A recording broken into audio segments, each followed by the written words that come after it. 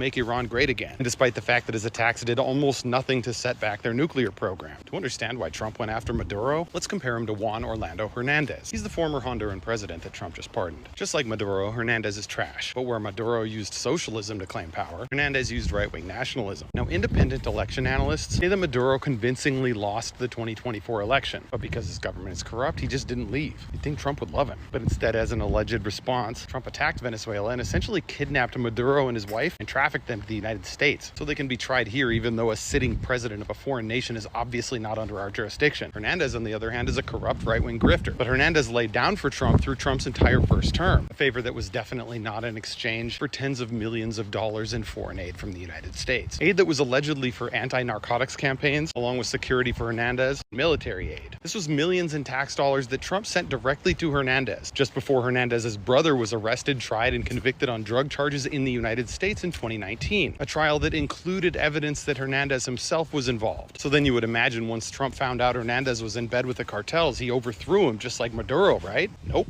After the conviction of Hernandez's brother, Trump released over $50 million in additional aid to Honduras. And then after his own Justice Department unsealed the court records in early 2020, Trump released an additional $71 million in aid to Honduras, which Hernandez presumably stacked directly on top of his cartel bribes. It wasn't until Biden took office and Hernandez left office in 2022 that the Supreme Court of Honduras voted to extradite Hernandez to the United States, where he was tried and convicted by an American jury for taking millions in bribes from cartels to facilitate the trafficking of 400 tons of sinus stimulants directly into the United States. Trafficking that took place right under Trump's nose, as Hernandez claimed over $100 million in aid from American taxpayers, courtesy of President Trump. But Trump pardoned him anyway, even though he can't go back to Honduras, because the moment he was pardoned less than a month ago, the Honduran government issued an international arrest warrant for him. So one must ask, what's different? Why did Trump pardon Hernandez while spending at least $100 to $200 million just to depose Maduro and committing to what will certainly be billions more in his Venezuela First, Make Venezuela Great Again campaign? Let me ask you in another way. Do you remember that when Trump bombed Iran, it was less than a week after the first No Kings protest? Or that in January 2020, only days after his first impeachment, he ordered that drone strike in Baghdad that took the life of a key Iranian general? You remember when Bush couldn't find what he wanted in Afghanistan, so he invaded Iraq? It's true that for Trump, oil helped, Maduro's unpopularity helped, and Russia almost certainly agreeing to look the other way in exchange for our looking the other way in Ukraine probably helped. But none of those things are enough on their own. The real reason is as stupid as it is simple. It's because Trump is losing here, so he needs a win somewhere else. Because the fact is, this is what Republican men do when they feel weak. They look around, they find the most vulnerable victim, and they hit him. But please, take it from me, because I've seen this Republican movie before. Not once has it worked out. After all, if it were that easy to build a thriving nation, why wouldn't he do it here first?